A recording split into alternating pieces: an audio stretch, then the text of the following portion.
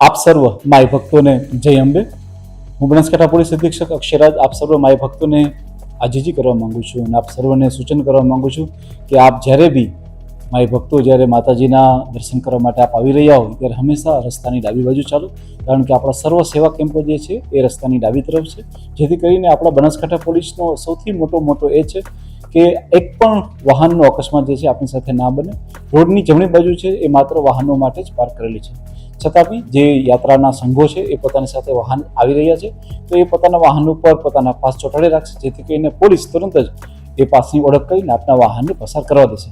આ ઉપરાંત અમે લોકોએ રાવણ ટેકરી પાસે અને રામ ઝૂંપડી આ બંને જગ્યાએ પોલીસનો એમટી શાખાનો ફ્રી કેમ્પ રાખેલો છે। આપ આપના વાહનની ક્લચ અને બ્રેક અમારી પાસે અવશ્યપણે ચેક કરાવી અને જ આગળ વધજો, જેથી કરીને આપણે કોઈ મુશ્કેલી ના પડે। સાથે સાથે મારી ભક્તોને વિનંતી છે કે વરસાદની ઋતુ હોય અને નદી નાળામાં પાણી હોય, આપણે નાહવા જવું છે તો મારી આપ સર્વને વિનંતી છે કે આવી કોઈ પણ જગ્યાએ જે આપને જ્ઞાત નથી એ જગ્યાએ આપ નાહવા ના પડશો અને આપની જાનને જોખમમાં ના મૂકશો। આ સિવાય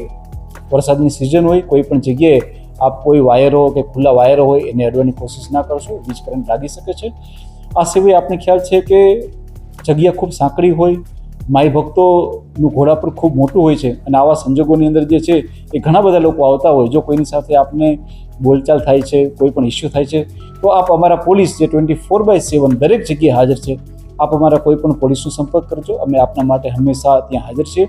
પરંતુ જય અંબે કહી અને માતાજીના ધામમાં આવેલા હોય કોઈ સાથે ઝઘડો કર્યા વગર આપણે લોકો જે છે એ હંમેશા આગળ વધીશું।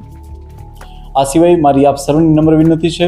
કે આપ જે છે એ રાત્રિના સમયે જે પણ જગ્યાએ રોકાણ કરી રહ્યા છો એ તમામ જગ્યાએ આપ સાવધાનીપૂર્વક રોકાણ કરશો। રોડ ઉપર થાકેલા હોવા છતાં રોડની જમણી બાજુ કોઈ પણ જગ્યાએ આપ હિસાબમાં નહીં લો અને સેફ જગ્યાએ રોકાણ કરશો।